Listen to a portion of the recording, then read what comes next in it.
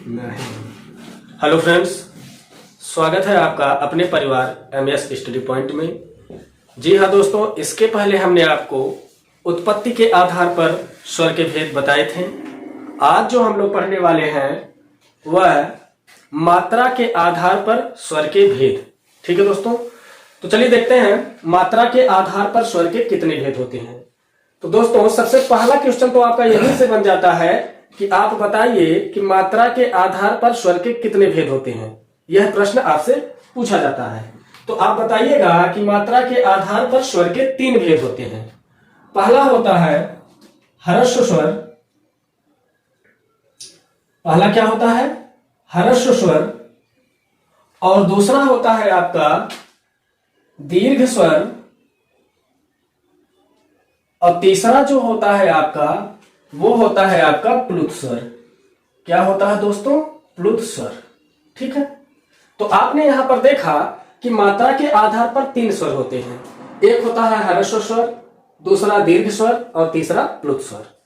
अब हम बारी बारी से एक एक के विषय में पढ़ेंगे। तो चलिए सबसे पहले आते हैं ह्रस्व स्वर पर। यह ह्रस्व स्वर होता क्या है और इसमें हमें पढ़ना क्या क्या है। तो दोस्तों जैसा कि हम आपको बता दें, सबसे पहले ह्रस्व स्वर में हमें पढ़नी है परिभाषा। क्या पढ़ना है हमें? परिभाषा। आखिर ह्रस्व स्वर कहते किसे हैं। और दूसरी चीज जो जाननी है हमें वह जानना है कि इसमें कौन कौन आते हैं। ह्रस्व स्वर में कौन कौन आते हैं। और तीसरा चीज जो हमें सीखना है वह यह सीखना है कि ह्रस्व स्वर की संख्या कितनी होती है। क्या जानना है हमें? ह्रस्व स्वर की संख्या कितनी होती है। और चौथी चीजें जो हमें पढ़नी है वह यह पढ़ना है कि इसे और किस अन्य नामों से जानते हैं। ठीक है दोस्तों, इसे किन किन नामों से जाना जाता है। तो चलिए देखते हैं। सबसे पहले ह्रस्व स्वर पर आ चुके हैं। ह्रस्व स्वर की परिभाषा क्या होती है? तो दोस्तों जैसा कि आप जानते होंगे, जिस स्वर को उच्चारित करने में सबसे कम समय लगे, जिस स्वर के उच्चारण में सबसे कम समय लगता है उसे हम ह्रस्व स्वर कहते हैं। ठीक है दोस्तों, जिस स्वर के उच्चारण में सबसे कम, ठीक है, सॉरी, इसमें क्या होता है? कम समय लगता है। ठीक, जिसके उच्चारण में सबसे कम समय लगता है उसी को हम लोग ह्रस्व स्वर के नाम से जानते हैं।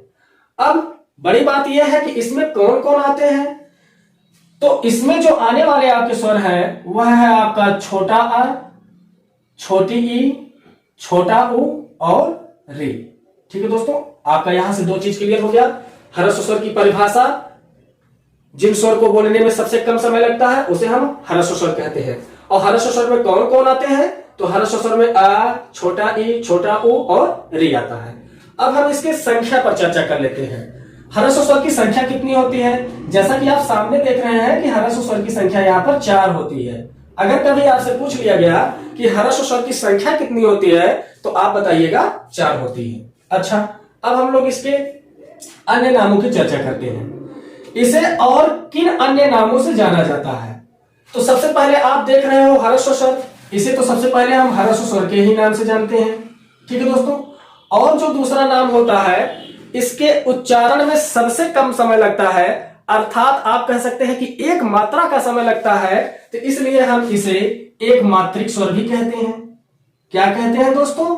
एक मात्रिक स्वर।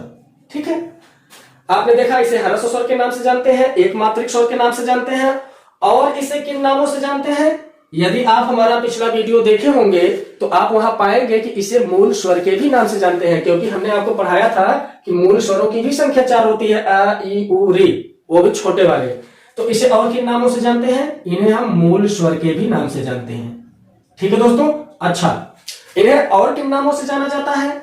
तो जब आप छंद पढ़ते हैं तो आपको उस छंद में पढ़ाया गया होगा कि जो एक मात्रा वाले होते हैं, ठीक है, वह आपके अ, छोटा ई, छोटा उ और रे को एक मात्रा वाला माना जाता है।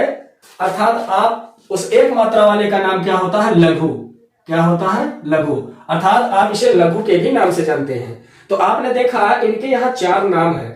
ठीक है दोस्तों, चलिए एक बार फिर से आते हैं। ह्रस्व स्वर की परिभाषा हो गई जिसके उच्चारण में कम समय लगता है। कौन कौन आते हैं? छोटा अ, छोटी ई, छोटा उ और रे।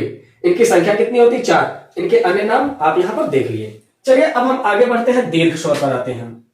यहां तक बात क्लियर हुई। अब हम इसके दीर्घ स्वर पर आते हैं। तो दीर्घ स्वर होता क्या है और इसमें क्या क्या पढ़ना है वही चर्चा होगी। सबसे पहले आपको पढ़नी है परिभाषा। क्या पढ़ना है मित्रों? परिभाषा पढ़ना है। ठीक, उसके बाद हमें पढ़ना है कि इसमें कौन कौन आते हैं।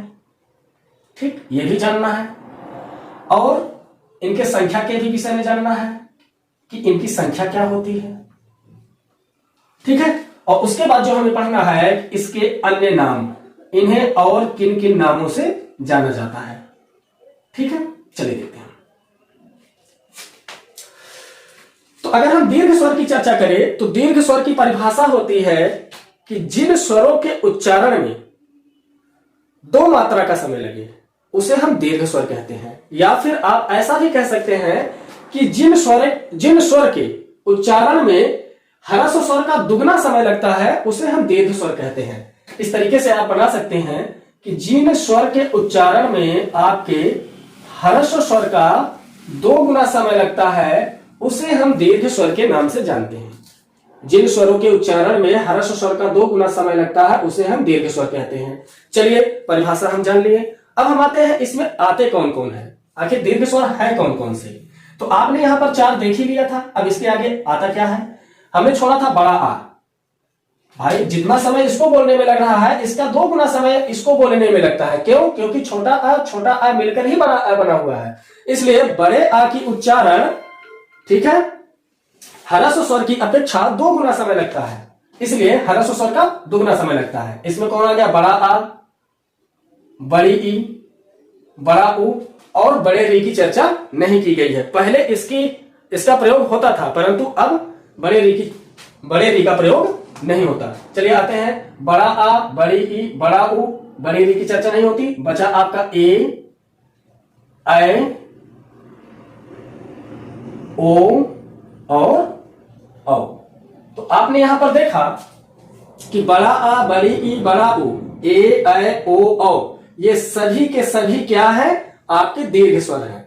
अच्छा, हमने तो ये जान लिया कि दीर्घ स्वर कौन कौन से हैं, देख लिया। अगर कभी पूछा जाए कि दीर्घ स्वर की संख्या कितनी होती है तो आप यहां से काउंट करके बता दीजिए। दीर्घ स्वर की संख्या होती है 4।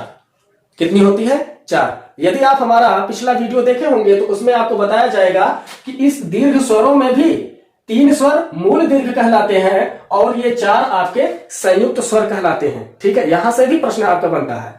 ठीक है दोस्तों, चलिए आगे बढ़ते हैं। हमने संख्या देख लिया, दीर्घ स्वर की संख्या होती है 7। अब हम आते हैं इन्हें और किन किन नामों से जानते हैं। तो जो कि पहला आप देख रहे हो इसे दीर्घ स्वर कहते ही हैं। पहला नाम तो इसका हो गया दीर्घ स्वर। दूसरा हो गया द्विमात्रिक स्वर, इसे हम द्विमात्रिक स्वर भी कहते हैं। क्यों? क्योंकि इसके उच्चारण में 2 मात्रा का समय लगता है, या आप कह सकते हैं ह्रस्व का 2 गुना समय लगता है। इसलिए ह्रस्व वाला 1 मात्रिक था, इसमें 2 गुना समय लगता है तो ये द्विमात्रिक स्वर कहलाता है। ठीक, अच्छा, इसे और किन नामों से जानते हैं? इसे आप संयुक्त स्वर के भी नाम से जानते हैं क्योंकि यहां पर जो 4 स्वर हैं आपके, ये आपके संयुक्त स्वर हैं। ठीक, इस आधार पर आप कह सकते हैं कि इन्हें हम संयुक्त स्वर के भी नाम से जानते हैं। क्यों संयुक्त स्वर? क्योंकि ये जितने स्वर हैं सब के सब 2 स्वरों से मिलकर बने हैं, और जब 2 स्वर से मिलकर बने हैं तो इसलिए संयुक्त स्वर कहलाए। अर्थात इनका एक नाम और है क्या? संयुक्त स्वर। इन्हें हम संयुक्त स्वर के भी नाम से जानते हैं। अब हम इन्हें और किन नामों से जानते हैं? तो आप कह सकते हैं इन्हें हम संधि स्वर के भी नाम से जानते हैं।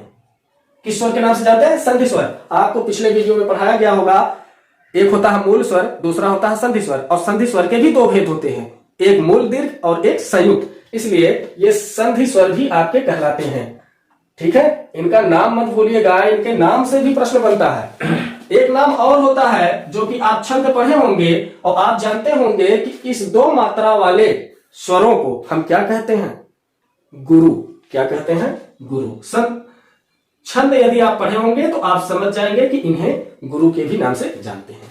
चलिए दोस्तों, आपने देखा दीर्घ स्वर की परिभाषा, ह्रस्व स्वर का 2 गुना समय लगता है, कौन कौन आते हैं ये भी देख लिया। इनकी संख्या 7 होती है, संख्या जरूर याद करके रखिएगा और इनके अन्य नाम भी याद करके रखिएगा। ठीक, चलिए अब इसी के साथ हम तीसरे पर चलते हैं। तीसरा स्वर होता है हमारा प्लुत स्वर। अब प्लुत स्वर की सबसे पहले क्या पढ़ेंगे हम? परिभाषा, वही बातें होंगी।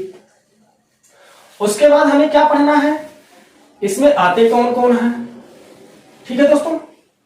और हमें क्या पढ़ना है, इसे और किन अन्य नामों से जानते हैं, बस यही इसमें हमें पढ़ना है।